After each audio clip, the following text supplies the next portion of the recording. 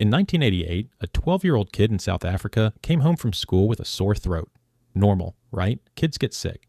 But within a few weeks, he stopped eating. Then he stopped talking. Then he stopped moving. Doctors told his parents it was some kind of degenerative brain disease.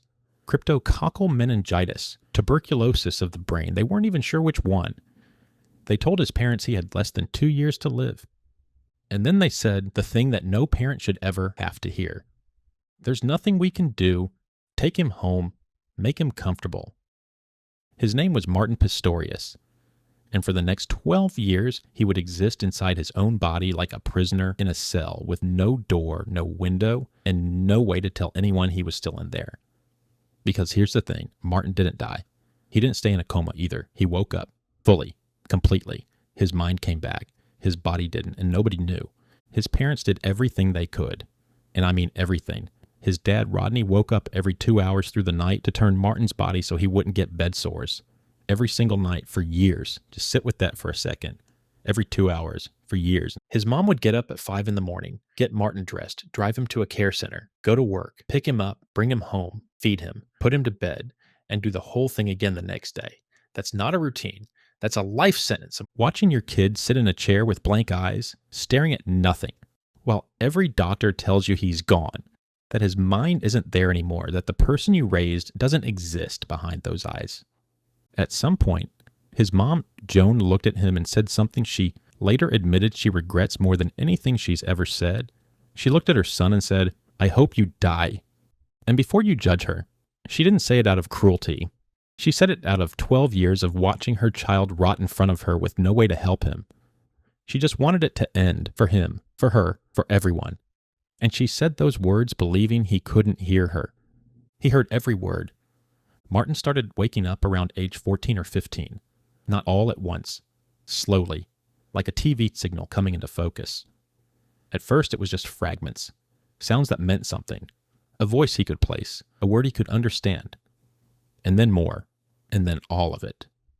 By the time he was around 19, Martin was fully conscious. Fully aware. He could hear. He could see. He could think. He could feel. He understood every single thing happening around him, and he could not move a single muscle in his body to let anyone know. He described it later as complete and utter powerlessness. He said, "It is like you don't exist. Not like you're trapped. Not like you're stuck. Like you straight up don't exist." People talked about him in front of him. Doctors discussed his condition like he was a piece of furniture. Nurses changed him, bathed him, moved him from room to room like he was cargo. And he was just there, watching, hearing, feeling all of it, unable to scream, unable to cry, unable to blink on command for years. And it got worse, because of course it did. The care center where Martin spent his days was not a good place. Some of the staff didn't just neglect him. They hurt him. He was hit. He was pinched. He was dropped. On purpose. Staff poured scalding hot tea down his throat, left him sitting in cold baths alone. And it wasn't just him. He watched other patients get the same treatment. People who also couldn't speak, people who also couldn't fight back. And Martin saw all of it. Every single day. Fully awake. Fully aware. Unable to say a word. Think about that for a second. You're in a room. Someone is hurting you. You can feel the pain. You can see their face. And you cannot do a single thing about it. You can't scream.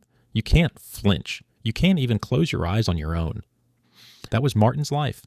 Day after day, year after year. But here's the thing that really gets me. Through all of that, the abuse, the neglect, Barney on repeat, Martin's mind didn't break. It adapted. He figured out how to survive inside his own head.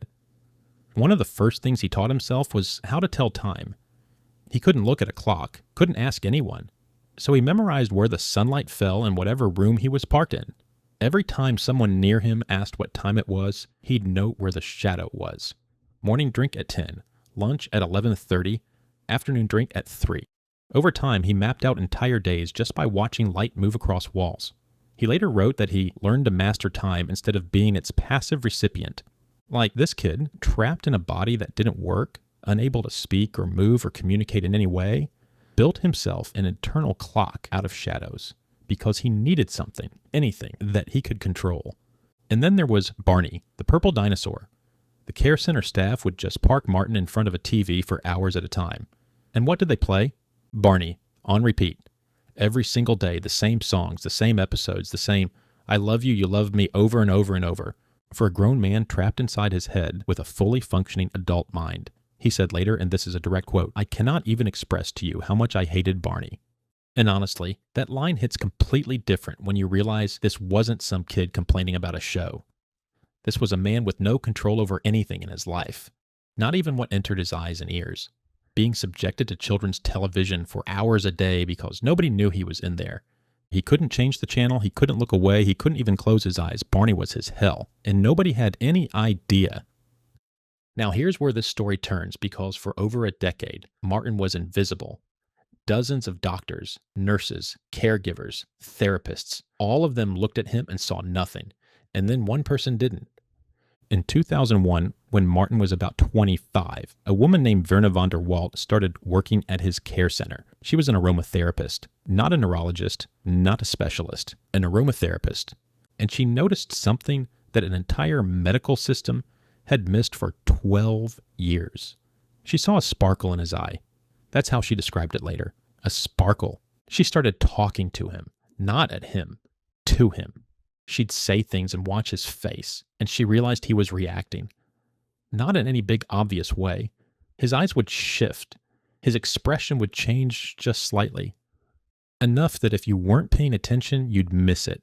Everyone had missed it for 12 years. She pushed for him to be tested. She told his family, and they sent him to the Center for Augmentative and Alternative Communication at the University of Pretoria. They put him in front of a screen, and they confirmed what Verna already knew. Martin Pistorius was aware. He was conscious. He was in there. He had been in there the entire time. They gave him a computer with communication software, and for the first time in over a decade, Martin could speak, not with his voice, with his eyes. Fracking words on a screen, choosing letters, building sentences slowly, painfully slowly, but actually saying something. After 12 years of screaming inside his own head, with no one hearing, the world could finally hear Martin Pistorius. And what did he do with that? He went back to school, got a degree in computer science, first-class honors.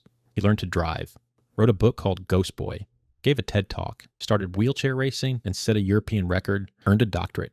He met a woman named Joanna through his sister, and in 2009, they got married. He became a father. This is a man who spent 12 years being treated like a vegetable, watching Barney reruns and getting abused by people who were supposed to take care of him.